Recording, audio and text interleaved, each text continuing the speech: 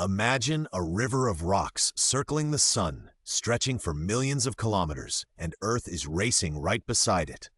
Want to see where these asteroid belts really are, and why they matter for us? Stay with me to the end. In this video, you'll discover where the main asteroid belt sits, why it never formed a planet, how it compares to other smaller belts, and what this rocky traffic jam can tell us about the early solar system. Picture our solar system from above, the Sun in the center, then Mercury, Venus, Earth, Mars, and then, not another planet, but a sprawling band of rocky pieces. That's the main asteroid belt between Mars and Jupiter. So what is an asteroid belt exactly? It's not a solid ring. It's a huge zone where countless rocky bodies orbit the Sun, each following its own path, like a massive thin cloud of wandering stones.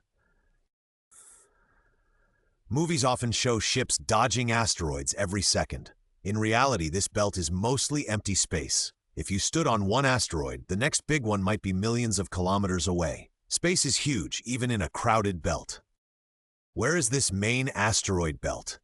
Roughly between 2 and 3.5 times Earth's distance from the Sun, sitting calmly between Mars and the giant planet Jupiter, like a rocky border between the inner and outer worlds. Why didn't these rocks merge into a planet? The main suspect is Jupiter. Its strong gravity kept disturbing the material, shaking it up so much that it could never peacefully clump into a single large world.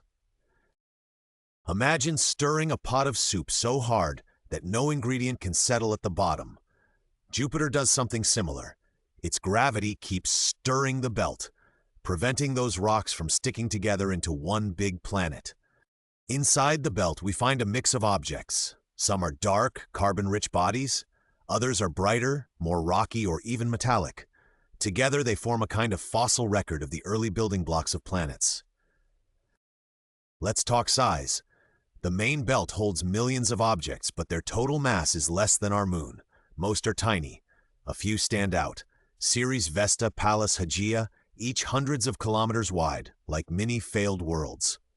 Ceres is the heavyweight champion of the belt. It's round, big enough to be called a dwarf planet with hints of ice.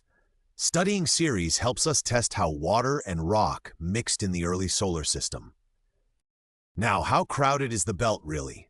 If you flew through it, you probably wouldn't see a rock unless you aimed directly for one. Your chance of randomly hitting an asteroid is incredibly tiny, even over long distances. Still, collisions do happen.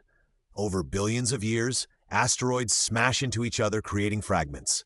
Some fragments become families of smaller asteroids sharing similar orbits, like clusters of siblings. Sometimes, those collisions send fragments inward, crossing the paths of planets.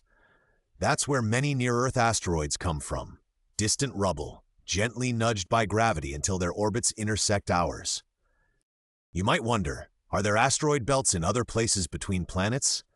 Yes, for example, small groups called Trojan asteroids share orbits with planets like Jupiter, sitting ahead of and behind them.